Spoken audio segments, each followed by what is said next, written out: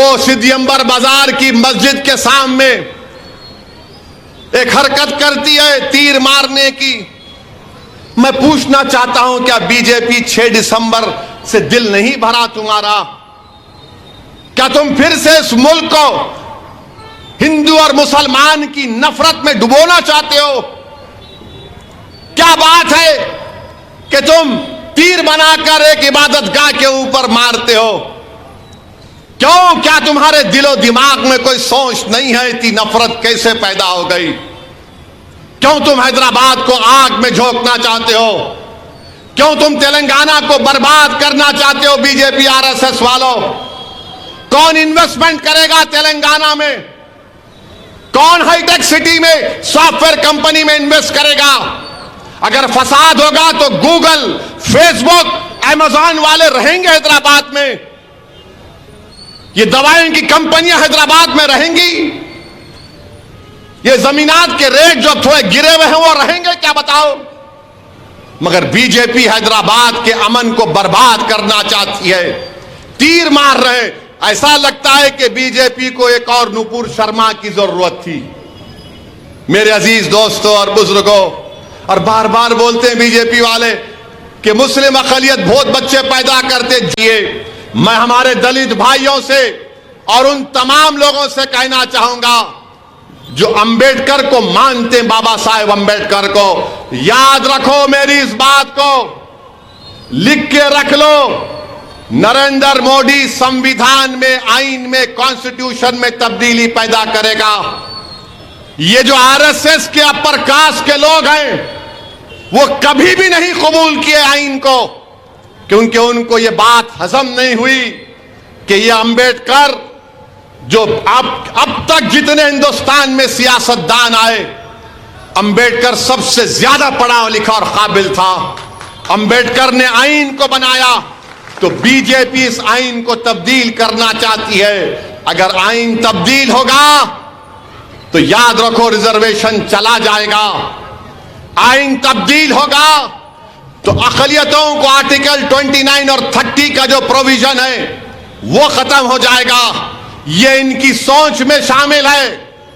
इनकी किताबें उठाकर पढ़ो, चाहे गोलवालकर की किताब हो, चाहे पंडित दीनदयाल उपाध्याय की किताब हो, इनके तमाम सर संचालक की तकारीर उठाकर पढ़ो जो बरसों से देते आ रहे हैं। ये बोलते खामोशी से बोलते हैं और करते हैं बराबर।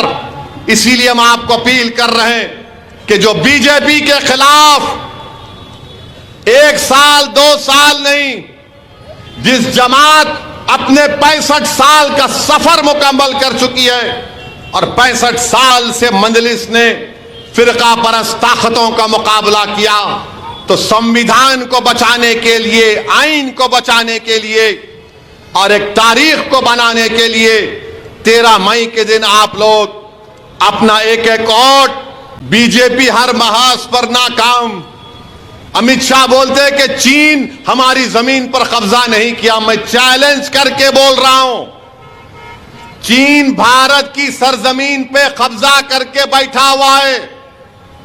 ये नरेंद्र मोदी बोले थे ना घुसा है ना घुसेगा। अरे 56 इंच का सीना है तो लेके चलो पूरे मीडिया को। डीजीपी की प्रेस कॉन्फ्रेंस हुई पूरे मुल्क के, उसमें लद्दाख की डीजीपी ने कहा कि 65 पेट्रोलिंग पॉइंट में से 25 पर हम नहीं जा सकते मोदी जी। 25 पेट्रोलिंग पॉइंट हम खो दिए। चाइना की पीपल्स लिबरेशन आर्मी बैठी हुई है, ऊपर डेप्सांग डेमचाक है, चीन बैठा हुआ, हम नहीं जा सकते। और अगर डेप्सांग डेमचाक से चीन को नहीं निकालेंगे तो याद रखो मेरी बात को, एक दिन हम सियाचिन को भी खो देंगे। अब ये बीजेपी के लोग सुनेंगे तो बोलेंगे हाँ तुम ओल्ड सिटी के, तुम्हारे को डेप्सांग डेमचाक क्या मालूम, तुमको सियाचिन क्या मालूम। अरे प्यारे, कान में फूल नहीं है, हर चीज मालूम, हर चीज मालूम। मगर तुम आंख बंद करके चीन को जमीन दे चुके हो। बिलियंस ऑफ डॉलर चीन का इन्वेस्टमेंट इंडिया में, और हमारी जमीन से निकाल नहीं सक रहे।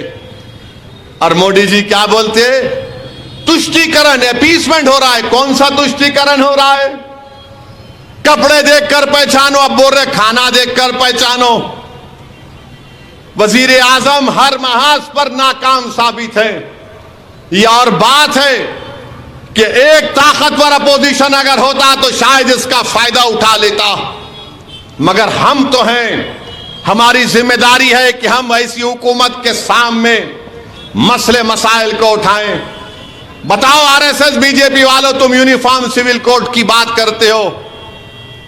यूनिफॉर्म सिविल कोड तुमने उत्तराखंड में लागू किया। पूरा अपर कास्ट का यूनिफॉर्म सिविल कोड है उत्तराखंड का। बताओ दलित लोग, हमारे बैकवर्ड क्लास के लोगों का कल्चर तहजीब नहीं है, उसका क्या होगा? और आप उत्तराखंड में यूनिफॉर्म सिविल कोड क्या कर दिया? मुसलमान निकाह नहीं कर सकता, शादी करने के लिए स्पेशल मैरिज एक्ट में शादी करना पड़ेगा, निकाह नहीं होगा। स्पेशल मैरिज एक्ट में मेहर देने का प्रोविजन नहीं है। बताओ ये कौन सा यूनिफॉर्म सिविल कोड है जो मुझे अपने मजहब के तहत निकाह करने का मौका नहीं देता, जो मुझे अपने मजहब के तहत दुल्हन को मेहर देने का मौका नहीं देता? मेरे भाई, आप जान रहे हैं, देख रहे हैं, ये इनका सोच है, ये इनका कारनामे है। क्या बताकर आज आप देखते हैं कि बीजेपी के एक उम्मीदवार है, वो सिद्धियंबर बाजार की मस्जिद के सामने